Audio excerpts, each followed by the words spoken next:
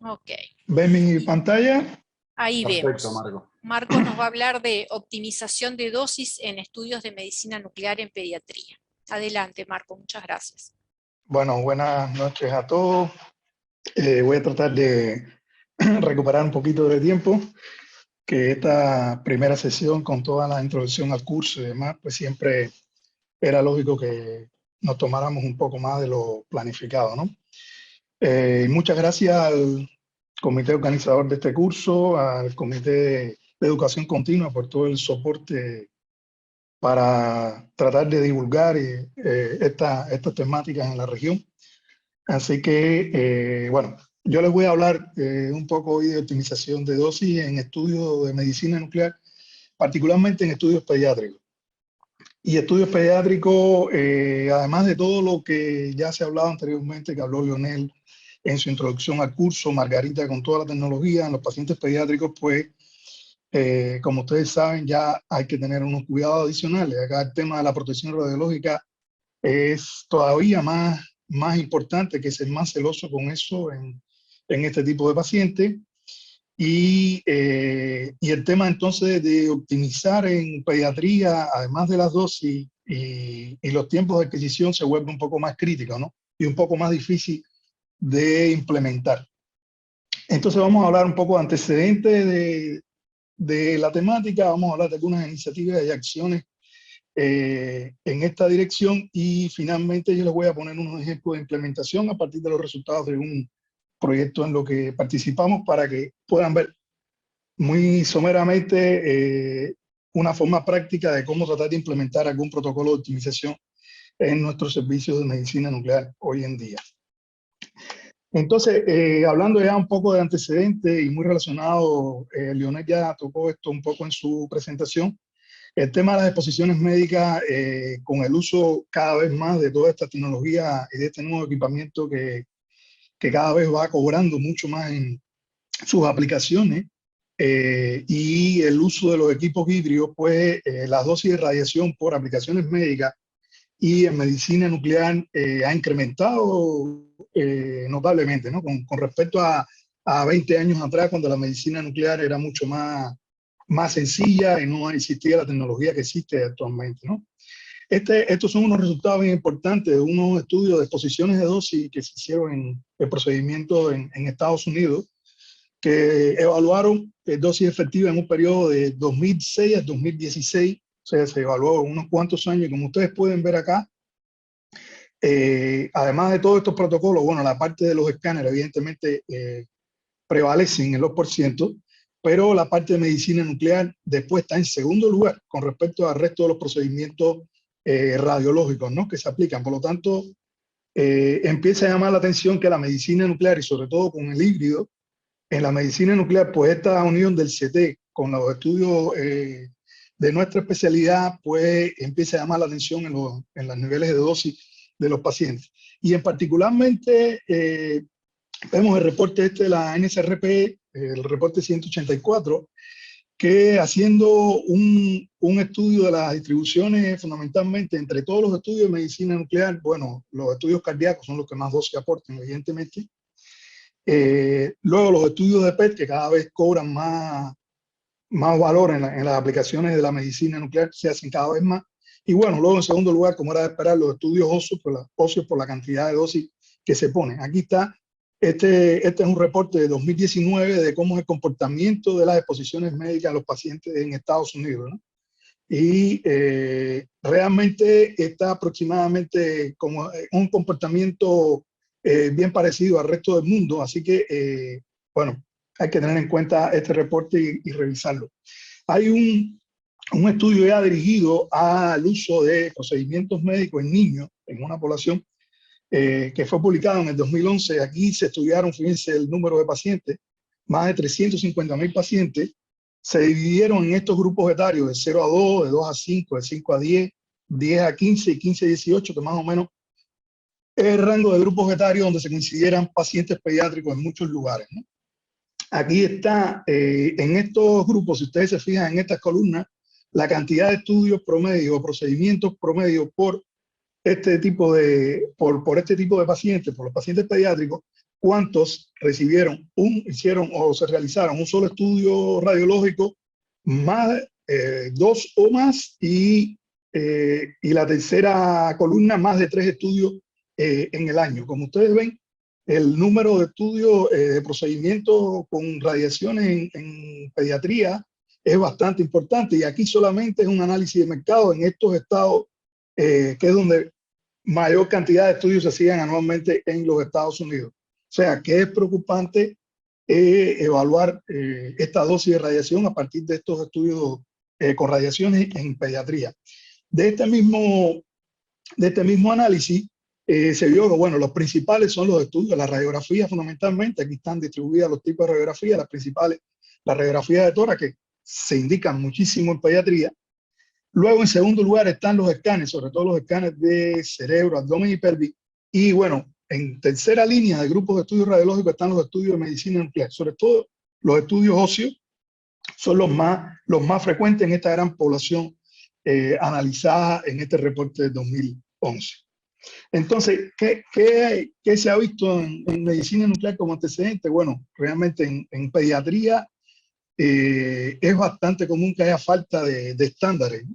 En el tema de la dosis, esos temas que hablaba Leonel de los niveles de referencia que se están tratando de estudiar y ver cómo se empiezan a tratar de implementar en la región, en muchos países del mundo. Bueno, es bien importante tener en cuenta eso, ¿no? Hay muchos esquemas que todavía siguen siendo a partir de dosis tradicionales, esquemas obsoletos ya que no se toman en cuenta la nueva tecnología, el nuevo equipamiento que hay, donde se pudiera optimizar la dosis que reciben los pacientes pediátricos. Muchas veces hay preferencia, ya los médicos practicantes de muchos años muchas veces no asumen el cambio de la tecnología, el cambio de los nuevos estándares o de las nuevas propuestas, y se sigue con las mismas preferencias antiguas. Bueno, la región tiene una desigualdad tecnológica que eso no se puede olvidar. Hay equipamiento antiguo todavía vigente y hay que seguir trabajando con eso. No se puede uno olvidar de que tenemos equipos antiguos en muchos lugares en la región. Por lo tanto, hay que tratar de ver cómo logramos optimizar o cómo logramos estandarizar las dosis teniendo en cuenta el equipamiento que uno tiene. Y muchas veces ya cada vez pasa menos, pero sigue habiendo falta de familiaridad con los niños. Los niños realmente no se pueden tratar como adultos pequeños. Hay que tener en cuenta realmente la biodistribución, el metabolismo y los distintos aspectos que hacen una gran diferencia entre un niño y un adulto a la hora de realizar un estudio. Y muchas veces los kits de radiofármacos que utilizamos en medicina nuclear, cuando uno lee los prospectos con alguna frecuencia, no hay pauta de las dosis en pediatría. Entonces, todo eso contribuye a que realmente los estándares de medicina nuclear pediátrica estén todavía en debe, y por eso todas las iniciativas que Leonel comentaba en su presentación. Bueno, dentro del objetivo de la optimización en medicina nuclear, y repitiendo un poco lo que han tratado los presentadores anteriores, está en primer lugar la estandarización de las dosis para lograr uniformar un poco cómo se puede trabajar.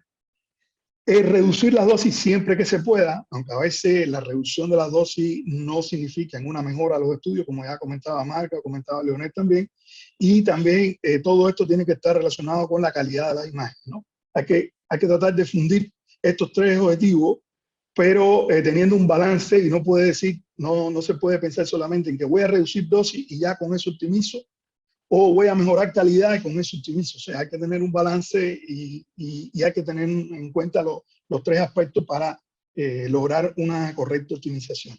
Entonces, ¿qué iniciativas o acciones se han ido haciendo? Bueno, ya Leonel comentaba estas iniciativas de Image Gently. Hay una publicación de 2008 donde se crean un grupo dirigido a la medicina nuclear pediátrica dentro de esta campaña de Image Gently, donde se empezaron a evaluar la variabilidad de las dosis en los niños. Sobre todo en los niños pequeños se vieron que las dosis que se ponían en los distintos estudios de medicina nuclear podrían tener una variabilidad hasta de 20 veces, ¿no?, entre los distintos centros en que se evaluaron las dosis administradas en pediatría.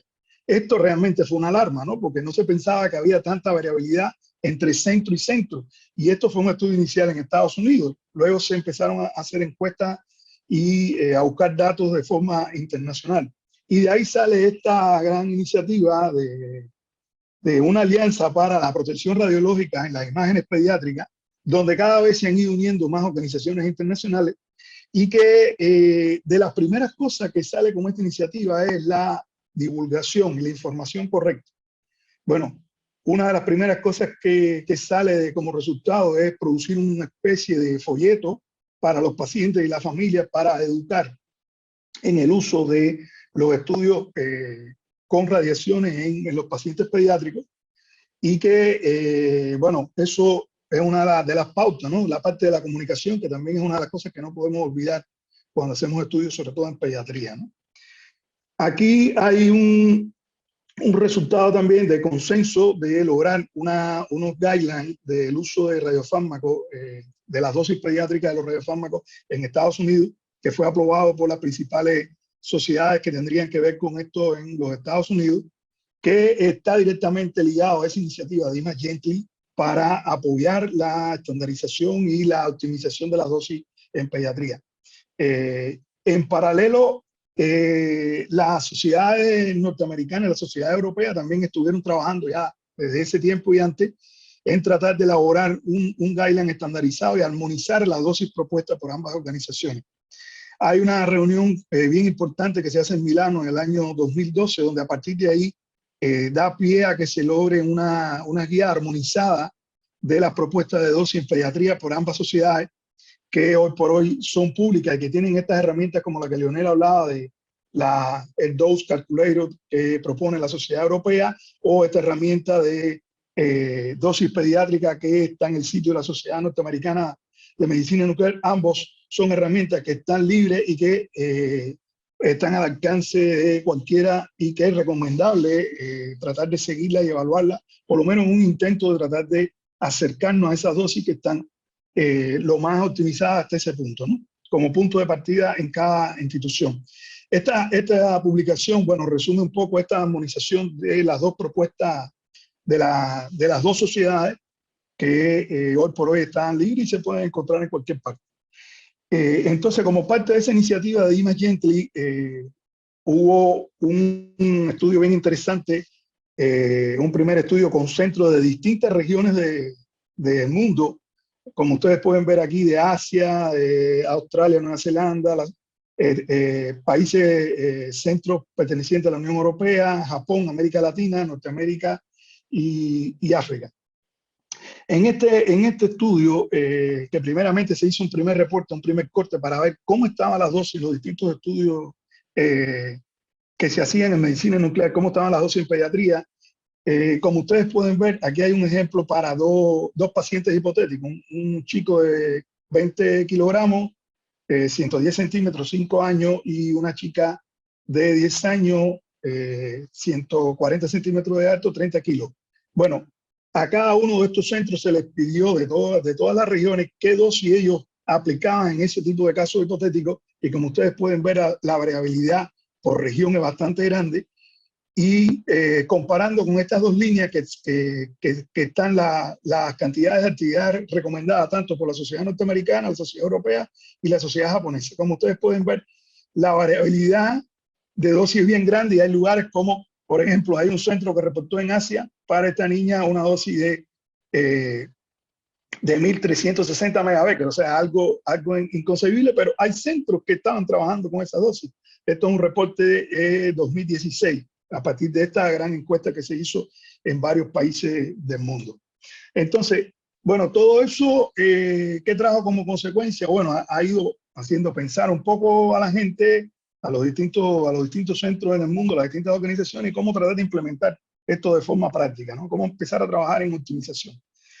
Una de las iniciativas concretas y prácticas de apoyo a esto fue uno de los proyectos del Organismo Internacional de Energía Atómica, que fue un CRP que se desarrolló del año 2015 al 2018, que fue dirigido a evaluar y optimizar dosis pediátricas en varias direcciones, no solo en medicina nuclear, sino también escáner, radiología y estudios de medicina nuclear. En este CRP participaron varios países de distintas regiones, como ustedes pueden ver. Acá por la región nuestra estaba Brasil, Chile y Cuba, Y fundamentalmente en la parte de medicina nuclear se obtuvieron dos grandes resultados que están resumidos en estos dos artículos que yo les comparto, después lo van a poder descargar de la plataforma, donde el primer artículo va dirigido a un survey. Hicimos una encuesta entre centros de todas las regiones de África, Asia, América Latina y Europa. De todos esos centros que pedimos información, completamos 133 centros con encuestas válidas con toda la información que habíamos solicitado. Y como resultados principales pudimos ver que el 56% de todos los centros se guiaban por las normas de la Sociedad Europea de Medicina Nuclear. El resto había una variación, algunos con combinaciones de ambas sociedades, había algunos que tenían guías propias elaboradas, seguían sus propias guías, pero la mayoría estaba siguiendo la Sociedad Europea, aunque los valores reportados realmente no coincidían exactamente con la Sociedad Europea en muchos casos. En la parte de los estudios de PET, bueno, igual, la mayoría de los centros seguían los guidelines de las dosis propuestas en pediatría por la Sociedad Europea, y el resto era multifactorial, había aportes de distintas guidelines propios. Por acá pueden ver como parte de estos resultados el número de estudios anuales que se hacían por estudios pediátricos que se hacían por estos centros que se evaluaron, pero algo importante es que la mayoría de los estudios, los más frecuentes que se hacían en casi todos los centros de medicina nuclear, coincidían con los estudios óseos y los estudios renales. Eso estaba entre los primeros estudios más frecuentes que más se hacían en todos los centros encuestados en este estudio. Aquí hay algunos resultados para que ustedes puedan ver una variabilidad en los estudios de MDP. Este primer gráfico da la variabilidad de la actividad por kilogramo de peso inyectada por región. Como ustedes ven, hay países que la variabilidad es bien grande. La última fila es el total. La actividad mínima, estas líneas que ustedes ven acá, es la propuesta de la Sociedad Europea y la Sociedad Norteamericana. En algunos casos la mínima coincide, en la máxima actividad están en este rango, y ahí ustedes pueden ver la variabilidad de actividad mínima, que en todas las regiones, la mayoría de los centros están muy superior a la propuesta, la actividad propuesta por los guidelines de la Sociedad Norteamericana y la Sociedad Europea de Medicina Nuclear. En la actividad máxima, bueno, la variabilidad es un poco menos, hay muchos que están en el rango. Por acá está, en estos dos gráficos está la propuesta de actividad para dos casos hipotéticos, igual que en el reporte de la Sociedad Norteamericana del artículo que les mostré anteriormente. Este es para el niño de 5 años, este es para la niña de 10 años. ¿Cuál es la propuesta de dosis siguiendo la norma de cada centro de los entrevistados? Como ustedes ven, en muchos de los casos la dosis propuesta es mucho mayor que la propuesta por los guidelines de la Sociedad Norteamericana y la Sociedad Europea. Este es el caso de los estudios de PET. En el estudio de PET está un poco mejor la cosa porque aunque la actividad mínima está un poco por arriba de las propuestas, las actividades máximas están por debajo de la propuesta de la guía. Así que la variabilidad es mucho menos. ¿Cuánto me falta? Sigo. Entonces, Marco, la segunda 5 parte... minutos más, disculpa. Sí. 5 minutos más. Perfecto, Sí. perfecto. No, ahí me da. Bueno, como segunda parte de este proyecto, después que se hizo ese análisis y ver cuál era la variabilidad que había en los distintos centros encuestados en las distintas regiones, pues algunos de los centros pues se implementó una propuesta de optimización en un estudio propiamente para ver resultados concretos. En particular, les voy a mostrar resultados de dos centros acá de América Latina, un centro de Cuba y un centro acá de Chile, con resultados de optimización práctica en estudios de DMCA, que es uno de los estudios más frecuentes en pediatría que se hace. El algoritmo de optimización que propusimos como resultado de este proyecto, ¿no? Y que es uno de los resultados o de las propuestas de cómo hacer la optimización, se resume en este ciclo, ¿no? Uno tiene que identificar cuál es tu situación, cuáles son las dosis que tú tienes en tus imágenes, cuál es mi realidad, colecto cuáles son las actividades que yo estoy inyectando realmente y evalúo mi calidad de imagen para tener una base para yo poder comparar cuando haga algún estudio de optimización. Comparo mis datos con la referencia. La referencia en este caso puede ser los guidelines de la Sociedad Norteamericana, la Sociedad Europea. Y a partir de ahí me evalúo y me planteo una estrategia de mejora, de intervención para mejora. Implemento la estrategia y después vuelvo a evaluar mi imagen y así voy comparando. Es como un ciclo de mejora donde uno va tratando de lograr optimizar. Bueno, en particular, aquí se modelaron 3 rangos de edades, 3 grupos pediátricos de 0 a 5, de 5 a 10 y 10 a 15 años. Y en ambos centros se usaron los estudios de MCA porque vimos, aquí están los resultados de ambos centros, son los estudios más frecuentes, por eso se propuso optimización en estudios de MCA como arranque. En uno de los sitios se partió con 15 pacientes divididos en los 3 grupos etarios que les planteaba y el protocolo de optimización en general partió de adquirir imágenes de MCA que en total duran 5 minutos, dividirlas en imágenes dinámicas con frame de 1 minuto. ¿Por qué? Porque esto nos permitía después componer frame, ir sumando los frames y uno podía ir teniendo imágenes del frame total de 5 minutos, que es el estándar del DMCA, asumiendo eso, y frame que simulen menores actividades. Y a partir de ahí evaluar los distintos parámetros de calidad de imagen y demás para evaluar si uno puede disminuir las dosis teniendo en cuenta esa estrategia. Y en el otro centro, bueno, se hizo algo muy parecido, pero se partió con un Phantom donde se simularon los riñones de niños de 1 año, de 5 años y 10 años, en un Phantom, donde se puso las actividades similares que incorporan los riñones de niños de esas edades, y se partió además de que una imagen de DMCA de 300 segundos, el ruido normal o estándar que uno debe adquirir es alrededor de un 23% para tener una calidad de imagen adecuada.